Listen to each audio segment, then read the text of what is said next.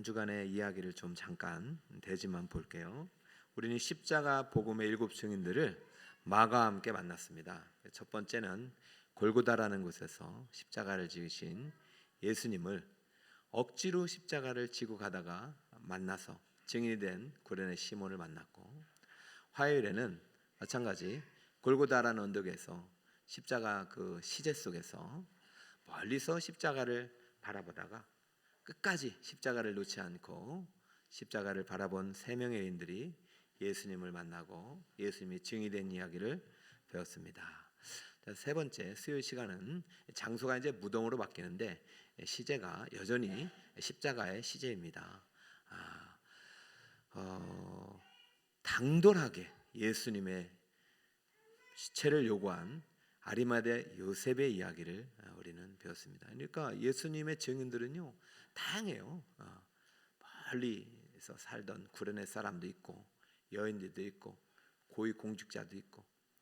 여러분, 예수님은 차별이 없습니다. 믿으면 차별이 없는 거예요. 자, 목요일 날은 장소가 여전히 무덤인데 시제가 바뀌죠. 십자가에서 무슨 시제로 바뀌어요? 부활로 바뀌잖아요. 그래서 부활의 주님을 처음으로 만난 첫 번째 증인인 막달라 마리아를 우리가 만났습니다. 막달라 마리아 앞에는 항상 7 귀신 들린 여인이라는 수식어가 붙어요. 그것이 바로 우리 인류의 운명이에요. 우리는 하나님의 자녀이든지 마귀의 자녀이든지 둘 중 하나인 것이죠. 예수님의 십자가 그 구속의 은혜로 우리는 하나님의 자녀가 된 줄 믿습니다. 네, 이렇게 또 이 여인을 통해서 은혜를 또 받았고요. 금요일 날 우리 새벽에는 이제 장소가 무덤에서 엠마오로 옮겨지면서 시제는 여전히 부활입니다. 근데 이 부활의 아침이 왔음에도 불구하고 예루살렘 신앙의 공동체에서 저 멀리 10km 떨어진 엠마오로 가다가 그냥 예수님께 붙잡힌 2명의 제자들의 이야기를 만났습니다. 여러분, 멀리 도망가지 마시기 바랍니다. 결국은 붙잡혀서 와요. 엠마오에서 붙잡혔으니까 덜 만났지, 덜 혼났죠. 더 멀리 도망가면 엄청나게 혼납니다. 오늘 엄청나게 두드려 맞은 이제 제자들이 나옵니다. 여러분, 멀리 가지 마세요. 좀 방학을 하더라도 빨리 오세요. 오늘 여러분들에게는 해당이 안 될 것 같아요. 자, 오늘 성령 축제 시간에 이제 장소가 아직은 안 갔습니다. 갈릴리가 이제 배경이 되는 것이고, 시제는 부활이고, 부활의 주님을 만난 세 번째 증인. 자, 이거는 사실은 다 부활의 주님 만났겠지만은 이제 본문상에서는 11명의 제자들이 부활의 주님을 만났습니다. 자, 이 친구들은 보이지가 않아요. 자, 멀리서 보이지가 않아요. 자, 14절 11명의 제자들을 한번 만나봅시다. 같이 한번 읽어볼까요? 시작. 그 후에 11 제자가 음식 먹을 때 예수께서 그들에게 나타나사 이런 차이가, 자, 이미 예수님은 부활하셨단 말이죠. 오늘은 우리 찬양도 부활 찬양하고 기쁨의 찬양을 하잖아요. 사실 우리는 이제 역으로 가는 거죠. 여기서는 이제 십자가부터 이렇게 가지만 이미 십자가의 시제에서 죽음의 시제에서 생명의 시제로 부활의 시제로 시간이 바뀌었어요. 완전히 새날이 왔어요. 근데 이 11명의 제자들은 지금 그것을 전혀 알지도 못하고 말을 했는데도 듣지도 못하고, 사실 마가가 베드로의 이제 비서관이었고 통역관이었기 때문에 사실 베드로를 상당히 이제 앞에 내세워야 됩니다. 그런데 아마 성령께서 감동을 주셔서 베드로의 이야기 뒤로 해라. 구레네 시몬부터 해라. 억지로라도 십자가 지고 가는 자가 은혜가 있는 거야. 이 11명은 말이지 다 도망가고 안 보여. 주님 일을 하자고 하는데 다 도망가고. 베드로 얘기하지 마. 지금 베드로가요 몇 번째 얘기나 11명의 제자 포함해서 6번째 증인으로 나오잖아요. 이 뭔가 하나님의 어떤 그 메시지가 있다니까요. 그래서 이 11명의 제자들을 소개할 때는 제가 어떻게 소개할 수밖에 없느냐. 첫 번째, 마가가 이렇게 소개한 겁니다. 함께 한번 읽어볼까요? 시작.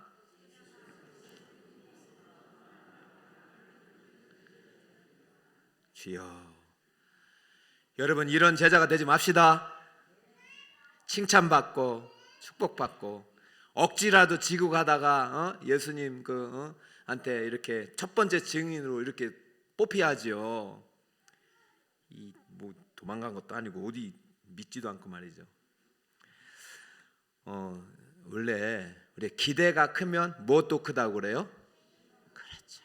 예수님이 실망이 너무 컸나 봐요.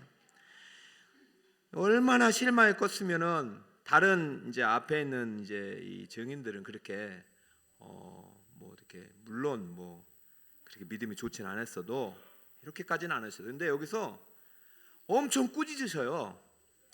꾸짖으시단 말 이것을 이제 찾아보니까 오네이디아죠. 이걸 이제 마태복음 27장 44절에 똑같은 단어를 썼더라고요. 여러분 그 찾으면 깜짝 놀랄 거예요. 왜냐면은 꾸짖다는 말이 말이죠. 옆에 있는 강도 둘이 자기들은 죄가 있어서 죽는 거죠. 예수님은 죄 없이 죽는 그 예수님을 향하여 막 욕하더라 이 말이 지금 이 꾸짖으시. 그러니까 좋은 말이에요, 나쁜 말이에요? 아주 나쁜 말이에요. 예수님 너무 막 11명의 제자들 보니까 자기 살아났는데 자기 찾아오지도 않고 밥 먹고 있어서 밥 먹고 있어요 지금. 근데 여러분 이렇게 꾸짖어도 상처를 안 받아요. 왜 그런지 아세요? 예수님은 인격을 건드리지 않아요. 예수님이 꾸짖은 건 우리 이 11 제자들의 인격이 아니라 그 마음이 아니라 마음 안에 있는 잘못된 요소를 책망하시는 거예요. 다시 한번 보세요. 마음이 완악한 것과 믿음이 없는 것과 마음이 완악한 것을 꾸짖었지 베드로나 어떤 사람을 꾸짖은 게 아니야. 그 인격을. 너희들이 이럴 사람들이 아니지 않느냐 이것입니다. 나는 너희들을 믿었고 너희들은 정말 나를 사랑했지 않느냐. 난 그 사랑이 진실하고 믿었다. 근데 너희들이 그 사랑을 지금 그 마음속에서 잃어버린 거 아니냐. 너희들 지금까지 나를 믿은 거 나는 안다. 그런데 어떻게 너희 마음속에 다른 마음들이 찾아와서 내 사랑을 이렇게도 빼앗겼느냐. 여러분 지금 이 말은 상당히 여러분 때리는 건 똑같잖아요. 몽댕이로 자식을 때릴 때 정말로 이 자식이 다치지 않기를 바라는 마음으로 사랑하는 마음으로 때리면 그 자식에게 상처가 안 되는데 진짜 이 자식을 향하여 그죠?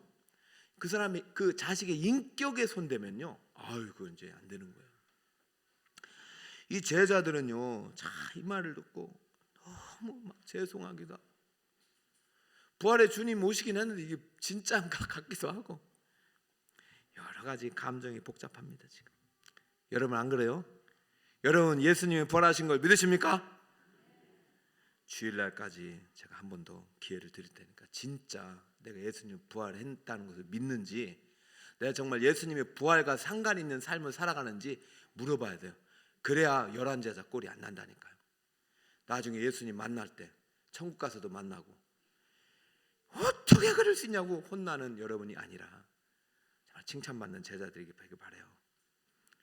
그러면 두 번째 이야기를 잘 들어보겠습니다.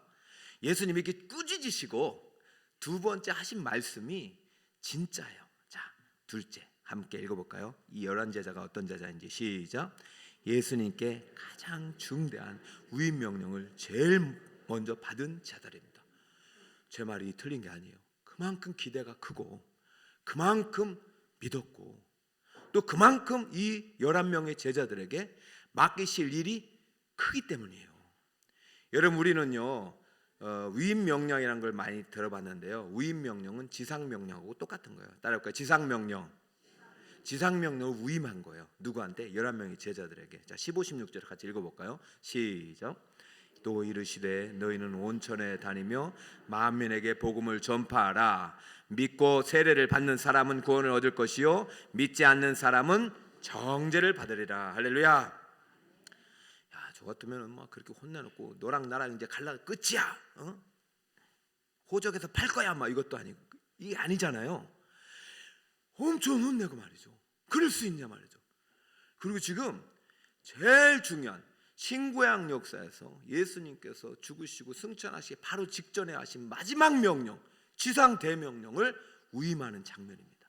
너희는 온 천하에 다니며 만민에게 무엇을 전파하라? 복음을 전파하라. 아니 이게 말이 됩니까? 십자가 못 박힐 때 도망간 친구들 아닙니까?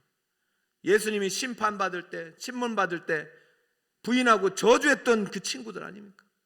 구련의 시몬만도 못한 사람들이고 3명의 여인만도 못한 사람이고 그렇게 욕하고 비난하는 7 귀신 들린 여인만도 못한 제자들에게 어떻게 이렇게 큰 임무를 맡기냐 말이야. 너희들이 전한 복음을 믿고 세례를 받는 사람은 구원을 받을 것이고 믿지 않는 사람은 정죄를 받으리라. 이제 예수님이 하시 않고 내 대신 누가 해라? 너희들이 내 대신 무엇을 전파하라? 천국 복음을 전파하라. 그러면 너희들이 말을 믿는 자, 듣는 자는 천국 가고 믿지 않고 거부하는 자는 멸망으로 간다. 위임 명령은요, 우리가 마태복음만 너무 유명해요. 너희는 모든 민족에게 제자를 삼고 아버지, 아들과 성령 이름으로. 마태복음 28장 19, 20절 이게 유명하고, 또 사도행전 1장 8절에 유명해요. 오직 성령이 너에게 임하시면 너희가 권능을 받고 예루살렘, 유다, 사마리아. 마가, 누가, 요한 다 있어요, 여러분. 진짜 중요한 명령. 근데 이걸 지금 누구한테 부탁하고 있다고요? 그만큼 믿고 신뢰하고 사랑하기 때문에. 여러분 기억하세요. 여러분 매를 많이 맞으신 분들이 계셔요. 나는 똑같이 잘못했는데 나는 10대 때리고 이 친구는 1대 때려. 그러면 주님이 누구를 더 사랑하시는 걸까요? 누구에게 더 기대가 크는 것일까요? 장남, 차남, 막내가 있어. 셋이 똑같이 잘못했어요. 근데 딱 부르더니 막내는 그냥 1대도 안 때려요. 둘째는 한 2대만 때려요. 큰아들은 그냥 작살나게 몽둥이 부러뜨리고 있어요. 그러면 누구한테 거는 기대가 가장 클까요? 여러분 지금 사업이 힘들어요? 안 힘들어요? 직장이 힘들어요? 안 힘들어요? 아니 나 똑같이 신앙생활하고 똑같이 잘못도 뭐 저 사람하고 똑같이 뭐 새벽기도 빠진 것 같은데 저 사람도 한 번 빠지고 나도 새벽기도 한 번 빠져요. 나는 왜 이렇게 직장이 힘들고 사업이 힘들어? 그러면 누구에게 거는 기대가 클까요? 누구에게 거는 기대가 클까요? 많이 힘든 사람, 많이 얻어맞는 사람한테 거는 기대가 큰 거예요. 내가 이제 요즘 이제 국민일보에 보면 여러분 간혹 이제 신앙 간증이 올라갑니다. 영혼을 소중히 여기는 기업 애터미 박한길 회장의 이제 간증문이 올라있더라고요. 여러분 이제 진짜 여러분 애터미에서 물론 이제 이렇게 이제 유통 방법은 우리가 좀 익숙하지 않은 방법인데 여기서 만든 제품을 상당히 여러분 많이 쓰고 계실 거예요. 저 이렇게 훌륭한 분인지 몰랐어요. 이분이요 50대까지 얻어 터진 거예요. 얻어 터지고. 그러고 나서 이분이 뭘 깨달았냐면 영혼이 이렇게 소중하구나. 한번 죽으면 소용없구나. 영혼에 눈을 뜬 거예요. 이분이 이때부터 돈을 벌기 시작하는데 돈을 벌게 해달라고 기도를 안 했어요. 주님, 제가 100원을 주든 1000원을 주든 10,000원을 주든 1억을 주든 10만원 100억을 주든 제가 얼마를 주든 이 돈을 잘 쓰는, 영혼을 위해서 잘 쓰는 기업가가 되겠습니다. 하나님께서 그에게 얼마를 주셨을까요? 여러분 50대까지 얻어 터지고 그때부터 얼마를 주셨을까요? 제가 계산 안 해봤는데 지금 20개국에 이 제품이 수출이 되니까 연말 매출이 지금 제가 볼 때는 1억은 좀 안 되고 8천억을 주셨어요. 여러분 잘 보세요. 20대 8천억을 주셨으면 이 친구 지금 이 간증을 안 썼어요. 50대 8천억을 주셨는데 그냥 중이 아니라 엄청 얻어 터지고 이분이 일주일에 한 번 이상 비즈니스 특강 하는데 맨 마지막 10분이 복음을 전합니다. 그리고 10분 딱 끝나고 여러분 내가 전한 복음을 더 궁금하면 월말에 있는 복음 사경회에 나오세요. 그래서 한 달에 한 번씩 사경회 합니다. 여러분 1년에 한두 번 하는 사경에도 안 나오시죠? 나오셨어요? 이분은 50대까지 안 나갔다가 더 터지고 나갔다니까요. 이제는 그거 다 자기가 직접 무료로 하고 매출의 대부분을 선교 사업에 쓰고, 지금 이분은 이제 은퇴를 앞두고 신학교 갔어요.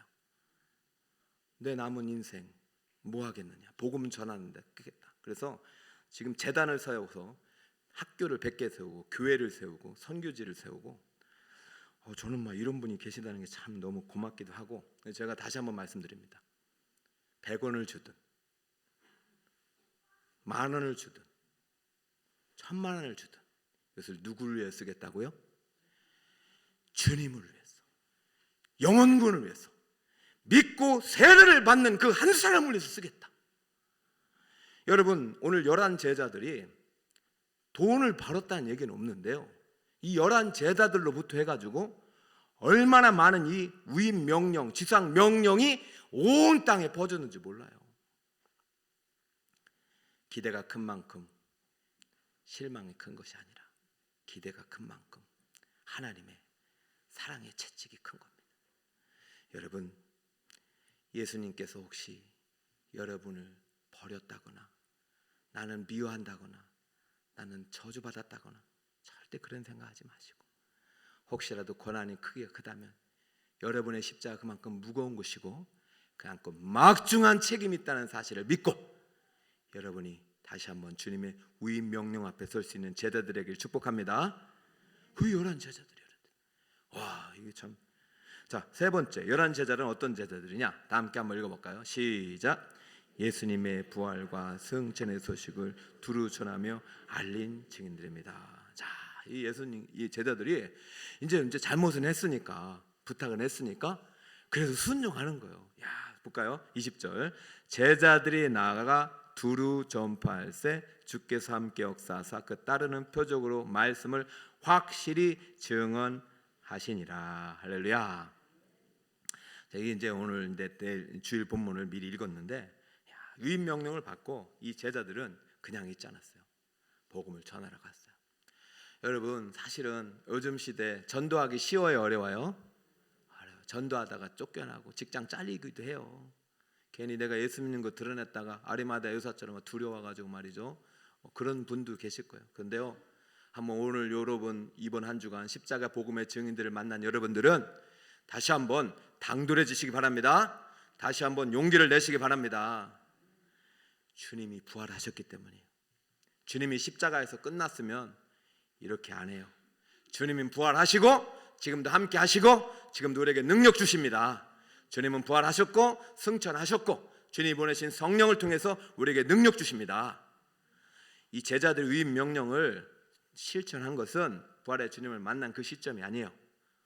주님이 승천하시고 성령을 받은 이후에요. 잘 볼까요?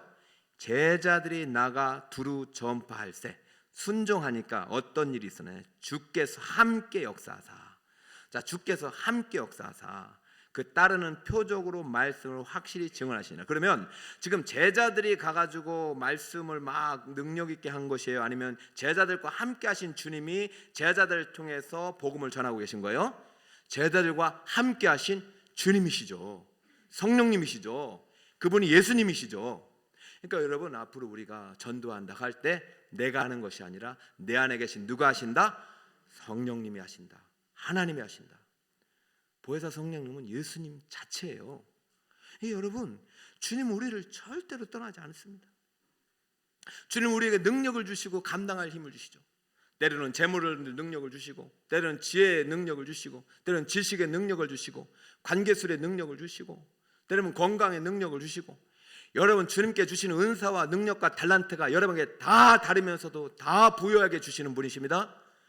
그것을 가지고 오늘 아까 그 기업인처럼, 어느 때문에 아리마다 모세처럼, 어쩌면 7 귀신 들린 마악달라 마리아처럼 여러분의 십자가 주님을 만나고 그 죄가 그 죽음이 나의 죽음이었다는 것을 믿어진다면, 그 주님이 죽음에서 끝난 것이 아니라 죽음의 문을 열고 사망의 문을 열고 부활하신 참 하나님이 믿어진다면 여러분, 그 주님이 여러분과 지금 함께하고 계시다면 여러분 하고 있는 이 모든 일들, 여러분이 지금 감당하는 모든 일들 능치 못함이 없는 줄 믿습니다.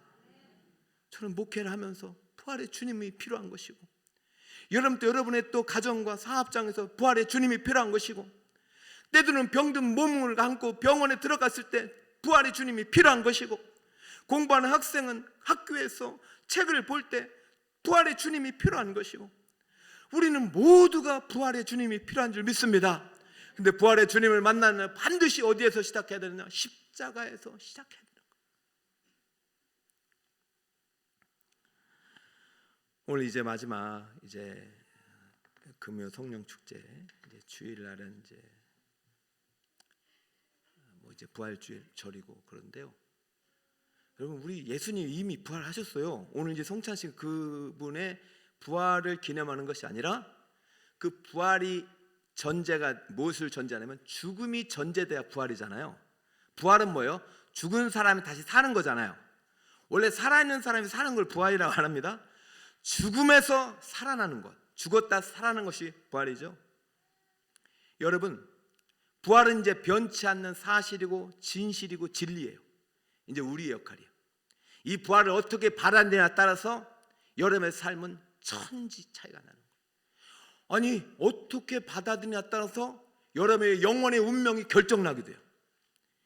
여러분의 운명이 십자가 복음을 통해서, 부활의 주님을 통해서 영원한 생명의 나라로 고정되어 있다면, 이제 여러분이 그 부활의 주님과 함께 이 땅에 살아가면서 해야 할 여러분의 사명이 무엇인지 다시 한번 눈뜰 수 있길 바랍니다. 그러려면 여러분 절대 잊지 마세요. 첫 번째, 무엇을 잊지 말아야 하냐? 예수님이 나를 위해서 십자가에 못 박혀 죽으셨다는 사실을 잊지 마시기 바랍니다. 이 죽음이 누구의 죽음이에요? 나의 죽음이에요. 그러나 거기서 머무르면 안 돼요. 예수님이 무덤에서 머무르면 안 돼요. 무덤에서 무덤을 열고 돌을 열고 나오신 예수님, 부활하신 그 예수님이 나와 여러분의 구주와 하나님이 되심을 믿으시기 바랍니다. 그리고 그 예수님은 부활하시고 이 땅에 계시지 않아요. 지금은 어디 계셔요? 승천하셔서 하나님 보좌 우편에 앉으십니다. 우리 내일 모레 그 주님을 만날 텐데요. 근데 그 주님이 거기서 그냥 계신 것이 아니라 지금도 우리를 위해서 중보하시고, 그분이 또 지금 우리를 위해서 친히 똑같은 보혜사 성령님을 보내주셨기 때문에 여러분을 예식이나 찬양이나 예배를 드리는 모든 순간 성령께서 우리와 함께 하시는 것입니다.